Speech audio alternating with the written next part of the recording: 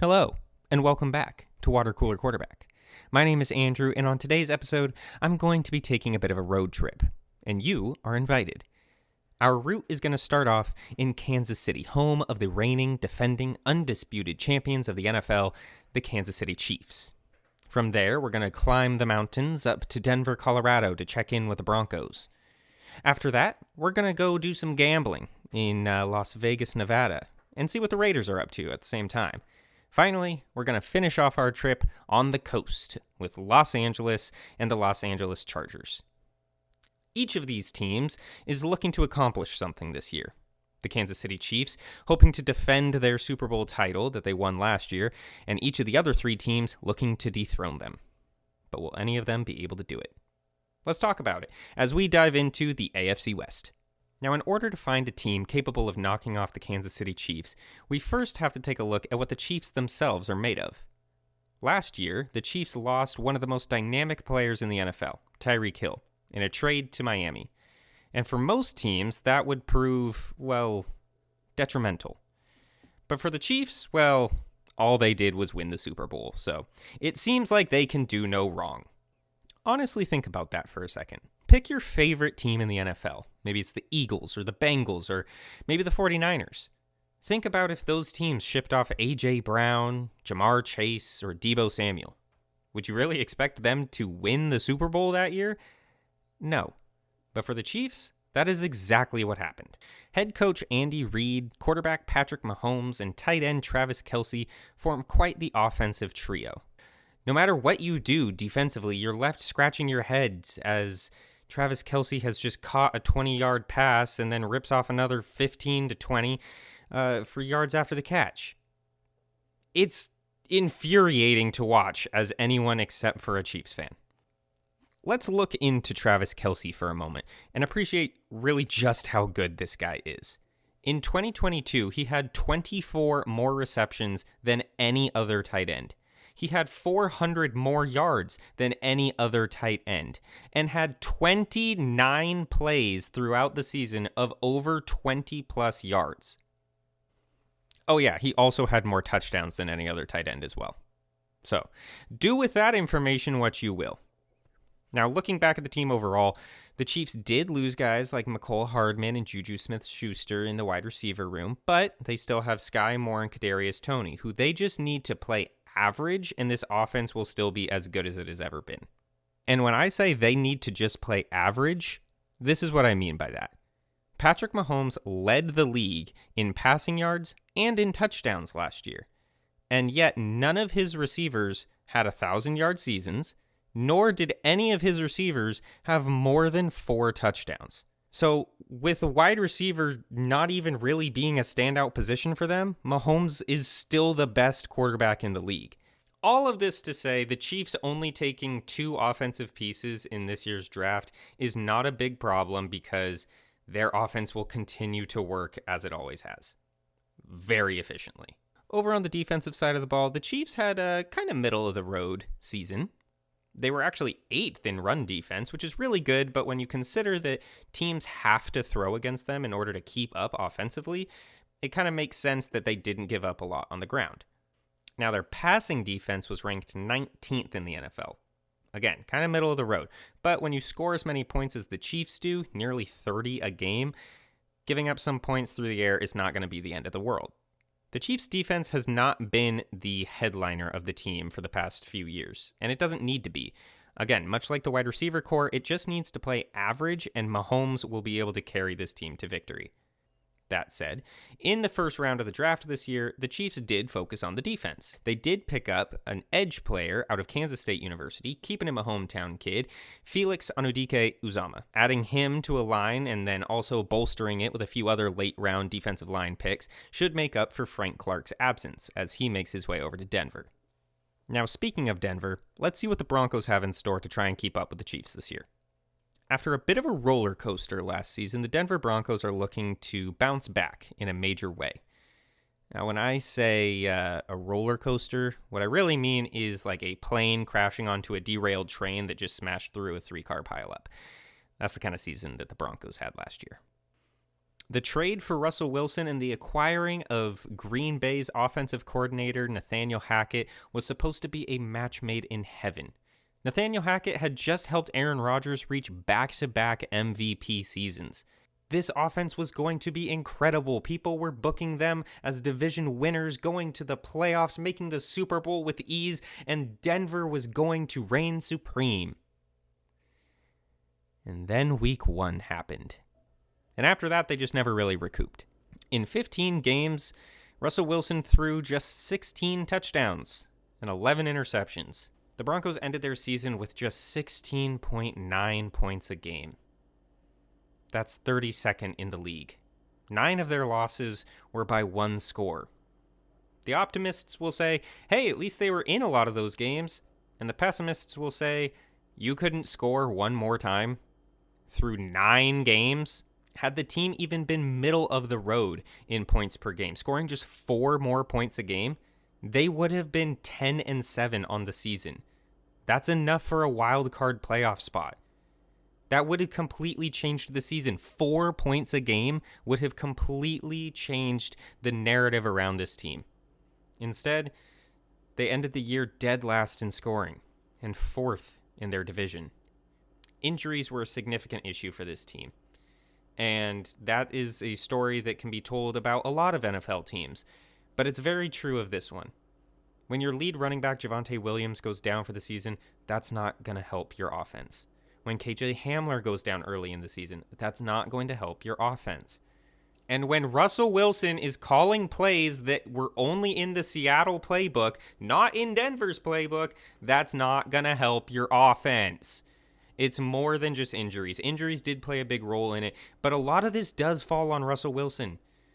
Russell did not adapt to the new environment well. And hopefully now that he's in his second year, that can change. So with all of the issues plaguing the offense in Denver, what's being done about it? Well, firstly, they're getting healthy. An offseason is a great time to reset. Javonte Williams should be good to go for the start of the season. Their wide receiver core is back in tip-top shape, and I think that the offense, now that they're back and healthy, can gel and get some things rolling again. They've tightened up the O-line, bringing in guys like Mike McGlinchey and Ben Powers so that Russell doesn't have to run around or scramble as much. Something he's still very good at doing, but seemed to not want to do last year. He should lean into that more. I think that'll help. They also brought in Cincinnati's backup running back, Samaje Perine, who was actually very effective when Joe Mixon was absent last year. But the biggest change, more than getting healthy, more than bringing in new guys to help the offense, is the head coaching change. The Broncos have brought in head coach Sean Payton. Sean Payton is best known for, winning a Super Bowl down in New Orleans with his undersized, kind of awkward, and uber-Christian quarterback Drew Brees. And now he has an undersized, kind of awkward, uber-Christian quarterback in Russell Wilson. Coincidence? I think not. But in all seriousness, Sean Payton is going to be a massive change for the Denver Broncos, and I'm very excited to see what he can do with the offense. Now, remember when I said that the Broncos could have won 5 more games last year had they just scored 4 more points, doubling their win total if they had done that? Well, that's a testament to how good their defense is. If we ignore an embarrassing blowout to the Rams late in the season, the Broncos only gave up 19.3 points a game. That's 5th best in the NFL. Their defense was astounding. Players like Pat Surtain, Alex Singleton, and Justin Simmons headline this defense and make the secondary very difficult to throw against. This offseason, the Denver Broncos also bolstered up their defensive line, bringing in guys like Frank Clark from Kansas City, who I mentioned earlier, as well as Zach Allen from Arizona, who was a solid piece for their defense. Now, Frank Clark famously only comes alive in the playoffs. So, if Denver makes the playoffs, then this will be a great pickup for them. All in all, Denver's offense just has to be better. Their defense is stifling and only got better this offseason. If they can score a few more points every week, then they should win some crucial games. But let's keep this road trip going, heading further out west to Sin City, Las Vegas, and let's check in on the Raiders. The headline of the Raiders offseason is that quarterback Derek Carr is no longer with the team. After alienating the one guy who would have done anything to keep playing for them, they were forced to cut him. as he booked a ticket down to the Bayou to join the New Orleans Saints.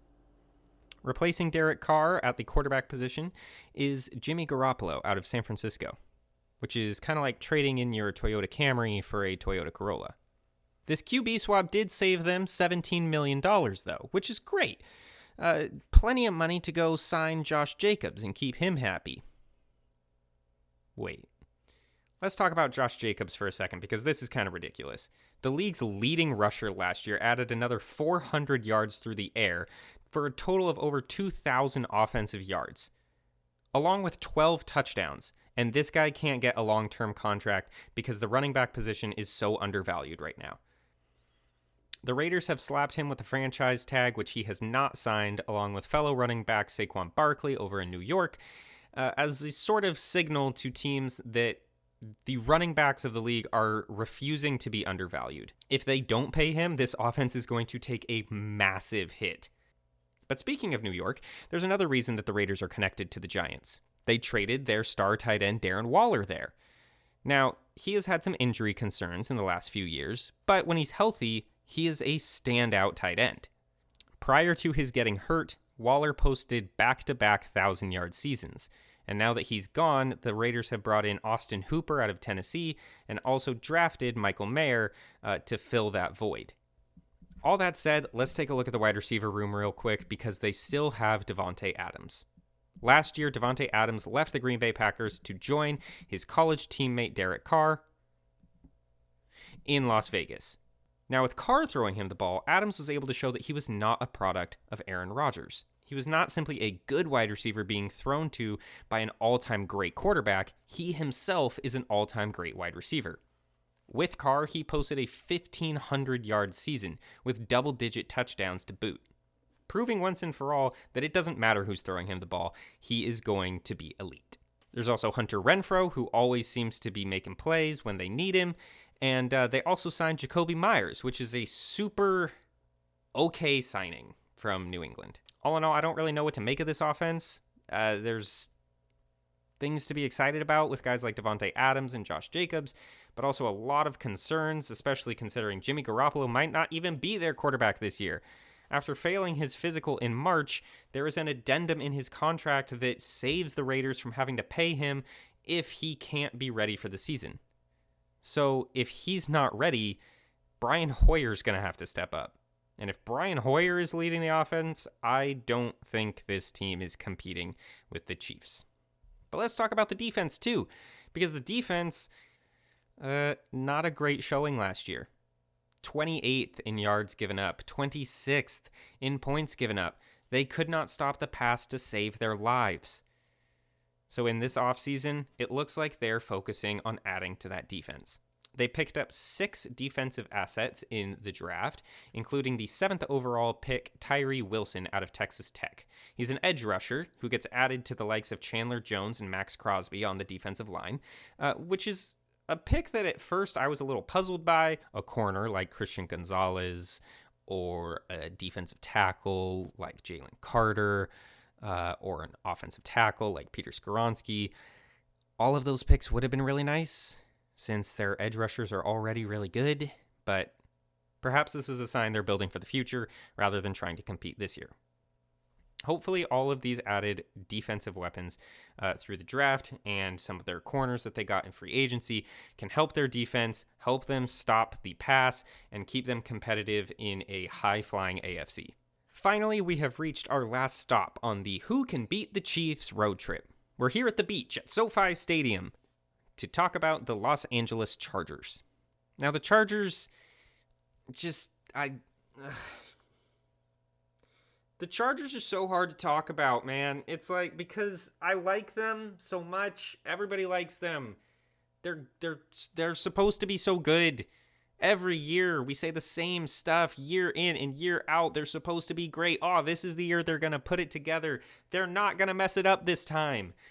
And then they screw themselves out of a tie that would have put them into the playoffs, or they give up a 27-0 lead in the playoffs to Jacksonville. I don't know what it is about this team. They just have the worst luck, it seems. But, Chargers fans, breathe, because that's all in the past. It's done now. We're not worried about it. It doesn't exist. All that matters is the future. First things first, I want to be very clear about something, because a lot of the slander that gets directed at the Chargers ends up heaped onto the shoulders of Justin Herbert. Most of the time, that is undeserved. Nobody on this team is blameless for the misfortunes that they suffer, but Justin Herbert, let's be clear, is a phenomenal quarterback. In a year marred by injuries, he still threw for over 4,700 yards, 25 touchdowns, and had a career-high completion percentage of 68%. That is a very, very good quarterback. So if him fighting through that rib injury all season long and still putting up the numbers he did is not a sign to you that he is a good quarterback, man, I don't know what is a sign that he is a good quarterback. Justin Herbert certainly deserves to be in the conversation with guys like Lamar Jackson, Josh Allen, Trevor Lawrence, Joe Burrow, and Jalen Hurts. He is a young, up-and-coming quarterback that is absolutely fantastic, and the failures of his team are not indicative of how good he is as a player. Again, he is not blameless in all of this. Could he have been better in the second half of that 27-0 comeback win by the Jags? Probably. But now let's take a look at what Justin Herbert has around him to make him so successful headed into the 2023 season. Namely, he's got two great wide receivers in Keenan Allen and Mike Williams. Two guys that suffered injuries last year and were barely ever on the field together. If they can get healthy this season and stay on the field with one another, their passing game should be absolutely electric. I'm sorry, I had to work that in somewhere. I had to call them electric. They're the Chargers. But in all seriousness, this wide receiver duo is very, very good. But they also added rookie wide receiver Quentin Johnson out of TCU. He's going to be an awesome deep threat to really round out this trio of wide receivers. Keenan Allen is an awesome route runner. Mike Williams loves the 50-50 balls. And Justin Herbert can absolutely bomb passes to Quentin Johnson deep. And let's not forget about that guy in the backfield, Austin Eckler. He's averaged 19 touchdowns over the past 2 seasons. And this year, because he didn't get a contract extension or get traded somewhere else that would give him a contract extension, he's got a point to prove. He wants to show that he is worth having on a team. Once again, we're looking at a running back that isn't getting paid what he deserves. Now, the Chargers' defense last year left a little bit to be desired. I personally expected them to be much better than they were, but they ended up 21st in the league. Now, they were 7th in passing offense, which is phenomenal. Their secondary was great. But they were 28th in rushing defense. They could not stop the run at all. A disparity like this does not happen by accident. It is actually part of their philosophy.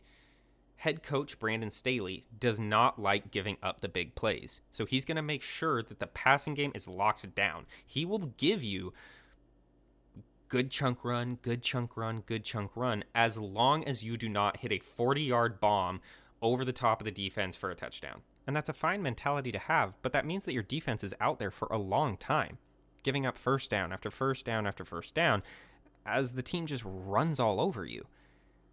It also means that they're keeping the ball out of the hands of your offense, your strong suit. So it's great that you're not giving up the 40-yard touchdown pass, but if they're getting 40 yards rushing on you, does it really matter? I don't know. I would like to see that strategy change in LA. They've got great guys in the secondary. Derwin James, Asante Samuel, J.C. Jackson.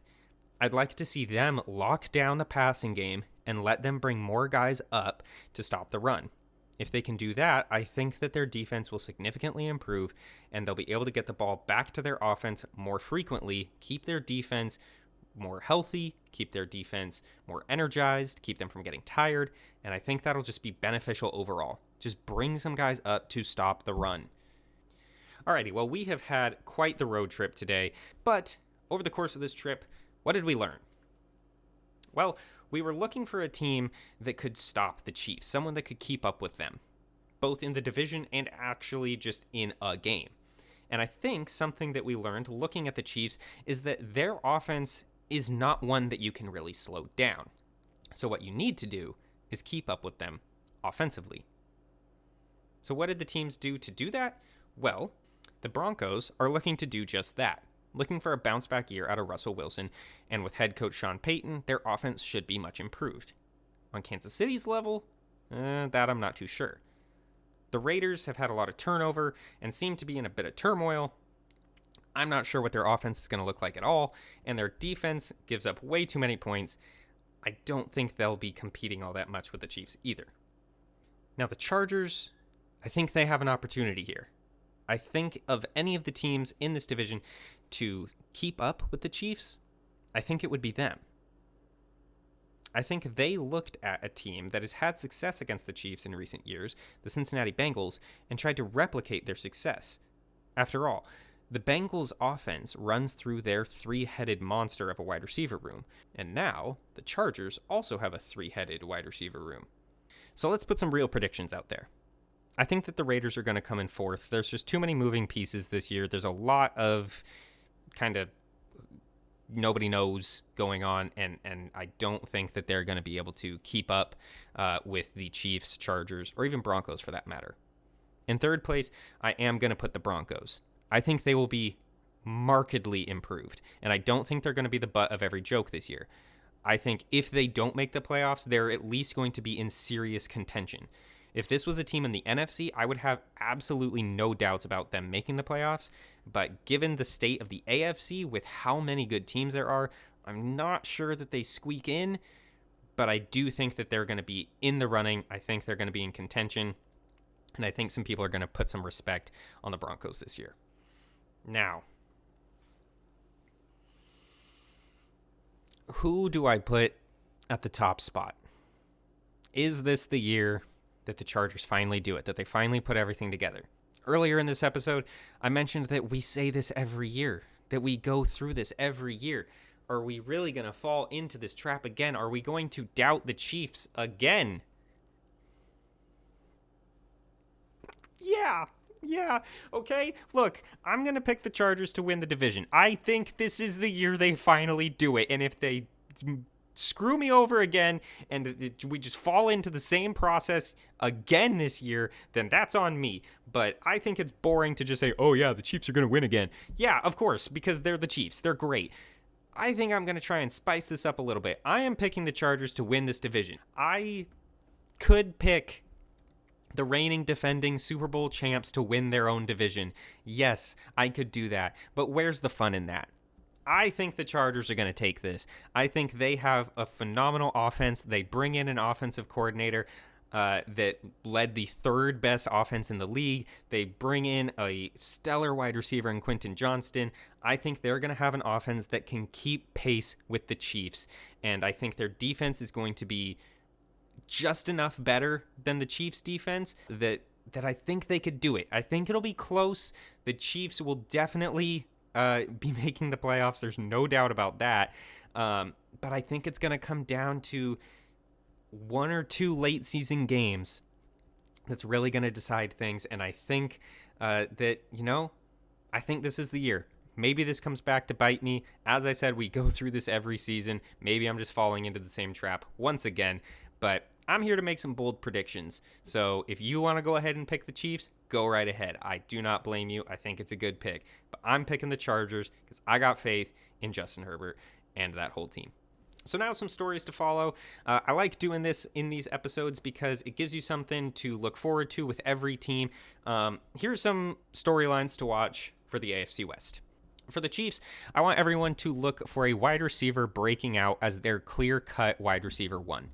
As I mentioned, Patrick Mahomes has been putting up the numbers that he has without a true wide receiver one, without a standout guy like a Tyreek Hill since he's been gone, without a guy like a Jamar Chase or a Justin Jefferson. Who's going to step up into that role? As for the Broncos in Denver, look for not only Russell Wilson to have a bounce-back year, but also for the effect that Sean Payton has on that team. I think it's going to be more than just better play calling or a better run offense.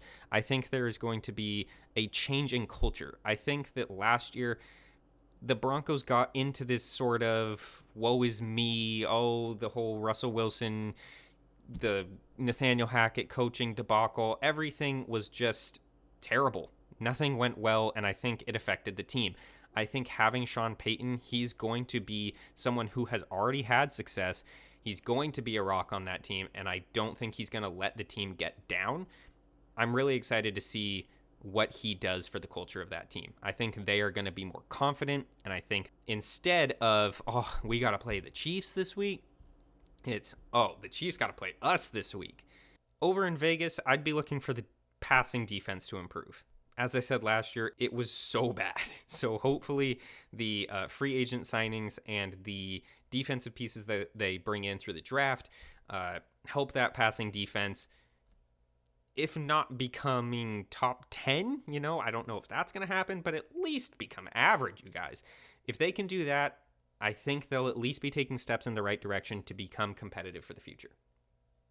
Finally, in LA, I want to see Justin Herbert get absolutely unleashed. Between Kellen Moore coming in as his new offensive coordinator and his menagerie of wide receiver options, I want to see this offense as a top 5 offense. I really think that could happen, and I want to see Justin Herbert put up career stats and potentially even be in the MVP conversation.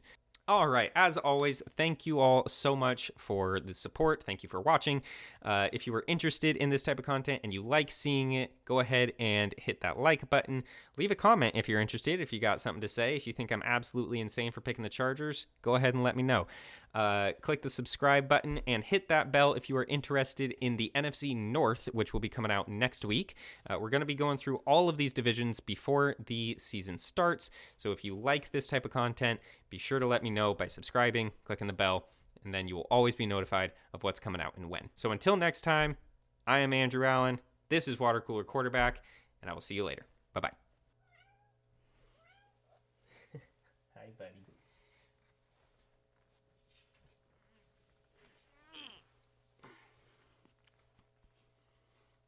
Do you have anything to say?